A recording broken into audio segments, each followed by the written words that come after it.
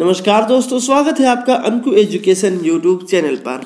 ये वीडियो है GK questions की वीडियो नंबर 10। यदि आपने पहली जीके क्वेश्चंस की 9 वीडियो नहीं देखी है तो ऊपर जीके क्वेश्चंस की जो प्लेलिस्ट है उसका लिंक आपको मिल जाएगा। उस प्लेलिस्ट में जाकर आप ये सभी वीडियो देख सकते हो। तो दोस्तों, इस वीडियो में भी मैं आपको 10 मोस्ट इंपोर्टेंट जीके क्वेश्चंस करवाने वाला हूं। आपने इस वीडियो को एंड तक देखना है और लाइक जरूर करना है दोस्तों। तो चलिए शुरू करते हैं। आज का जो हमारा पहला क्वेश्चन है वो ये है कि SEZ सेज का पूर्ण रूप क्या है, यानी कि SEZ की फुल फॉर्म क्या है। इसके 4 ऑप्शन आप अपनी स्क्रीन पर देख रहे हो। Special economic zone, small economic zone, service economic zone या फिर डी, इनमें से कोई नहीं। तो दोस्तों, इसका जो सही आंसर है वो है ए, स्पेशल इकोनॉमिक जोन। इसका मतलब SEZ का पूर्ण रूप यही है। इसका सही ऑप्शन ए है। अब ये SEZ यानी कि स्पेशल इकोनॉमिक जोन होता क्या है? ये निर्यात को बढ़ावा देने के लिए सरकार द्वारा स्थापित किए जाने वाले आर्थिक क्षेत्रों को स्पेशल इकोनॉमिक जोन कहा जाता है। भारत सरकार ने 2005 में स्पेशल इकोनॉमिक जोन की स्टार्टिंग की थी। ठीक है दोस्तों, तो ये हो गई स्पेशल इकोनॉमिक जोन के बारे में महत्वपूर्ण जानकारी। अब हम चलते हैं अपने दूसरे क्वेश्चन की तरफ, और वो ये है कि WLL का अर्थ क्या है, यानी कि इसकी फुल फॉर्म क्या है। तो इसके जो फुल फॉर्म है वो है वायरलेस इन लोकल लूप। इसका सही आंसर है B, wireless in local loop इसका सही आंसर है। ठीक है दोस्तों, ये होता क्या है? ये एक प्रकार के मतलब वायरलेस दूर संचार के जो ग्राहक है उनको आपस में जोड़ने का काम करती है। तो WLL का मतलब वायरलेस इन लोकल लूप होता है। अब हम चलते हैं अपने नेक्स्ट क्वेश्चन की तरफ, और वो ये है कि जय हिंद का नारा किसने दिया था? सुभाष चंद्र बोस ने, महात्मा गांधी ने, मोतीलाल नेहरू ने या फिर आबिद हसन सप्रानी ने। तो इसका सही आंसर है दोस्तों वो डी है, आबिद हसन सप्रानी। जो जय हिंद का नारा था वो विशेष रूप से भारत में प्रचलित एक देशभक्तिपूर्ण नारा है, जो कि भाषणों तथा संवाद में भारत के प्रति देशभक्ति प्रकट करने के लिए प्रयोग किया जाता है। इसका जो शाब्दिक अर्थ है दोस्तों वो है भारत की विजय है। ठीक है दोस्तों, तो ये नारा आबिद हसन सप्रानी ने दिया था, लेकिन बहुत जगह पर आपको दिखाई देगा कि सुभाष चंद्र बोस ने इस नारे को दिया था, जय हिंद ने नहीं दोस्तों। इस नारे को दिया तो उसने दिया था किसने? आबिद हसन सप्रानी, जो इसका डी ऑप्शन है, इसने दिया था। लेकिन बाद में सुभाष चंद्र बोस ने भी इसका प्रयोग किया था, जब आज़ाद हिंद फौज थी उसके युद्ध घोष के रूप में इसको सुभाष चंद्र बोस ने भी यूज किया था इस नारे को, लेकिन दिया ये आबिद हसन सप्रानी ने था।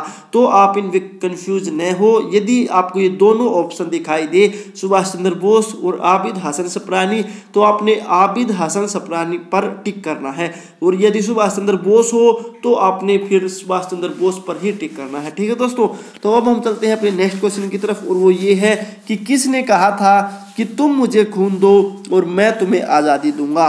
तो ये तो आप सभी को पता होगा, सुभाष चंद्र बोस ने ही कहा था कि तुम मुझे खून दो और मैं तुम्हें आज़ादी दूंगा। ठीक है दोस्तों, अब हम चलते हैं अपने नेक्स्ट क्वेश्चन की तरफ, और वो ये है कि देश बंधु की उपाधि संबंधित है, यानी किससे संबंधित है?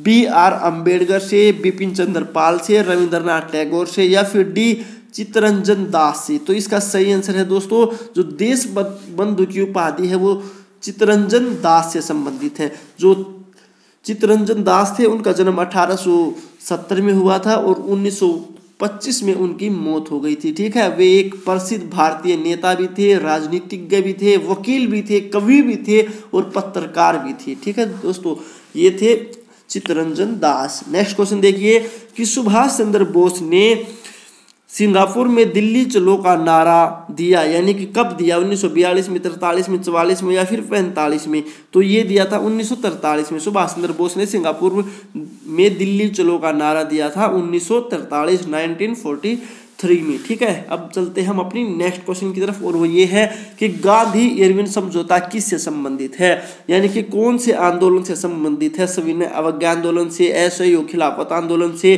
रोल्ट आंदोलन से या फिर भारत छोड़ो आंदोलन से? तो दोस्तों, इसका सही आंसर है ए, सविनय अवज्ञा आंदोलन से संबंधित है। जो गांधी इरविन समझौता है वो 5 मार्च सन 1931 को लंदन द्वितीय गोलमेज सम्मेलन के पूर्व महात्मा गांधी और तत्कालीन वाइसरॉय लॉर्ड इरविन के बीच एक राजनीतिक का समझौता हुआ था, जिसे गांधी इरविन समझौता के नाम से जाना जाता है। ठीक है दोस्तों, इसका सही ऑप्शन ए है। नेक्स्ट क्वेश्चन देखिए कि महात्मा गांधी को सबसे पहले राष्ट्रपिता किसने कहा था। ये क्वेश्चन पहले भी आया था, तो इसका सही आंसर है सी सुभाष चंद्र बोस ने महात्मा गांधी को सर्वप्रथम राष्ट्रपिता कहा था। ठीक है दोस्तों, नेक्स्ट क्वेश्चन देखिए कि कायदे आजाद किसे कहा जाता है। तो कायदे आजाद है दोस्तों वो मोहम्मद अली जिन्ना को कहा जाता है। ठीक है, आज का आखिरी क्वेश्चन है कि चोरी चौरा नामक प्रसिद्ध स्थल कहाँ पर है। तो ये है गोरखपुर में, ए इसका सही राइट आंसर है। जो चोरी चौरा नामक स्थान है वो उत्तर प्रदेश के गोरखपुर के पास एक कस्बा था, जहां 4 फरवरी 1922 को भारतीयों ने ब्रिटिश सरकार की एक पुलिस चौकी को आग लगा दी थी। ठीक है, और इस घटना में 22 पुलिस कर्मचारी जिंदा जल गए थे, उनकी मौत हो गई थी। इस घटना को चोरी चौरा कांड के नाम से भी जाना जाता है। ठीक है दोस्तों, तो इस वीडियो में मैंने आपको 10 मोस्ट इंपोर्टेंट जीके क्वेश्चंस करवाए। ये वीडियो आपको कैसी लगी कमेंट करके जरूर बताना है। अगर पसंद आई हो तो लाइक जरूर करना है दोस्तों, और ऐसी ही और भी वीडियो पाने के लिए हमको एजुकेशन यूट्यूब चैनल को सब्सक्राइब करना न भूलें। धन्यवाद दोस्तों, मिलते हैं अगली वीडियो में एक नए टॉपिक के साथ।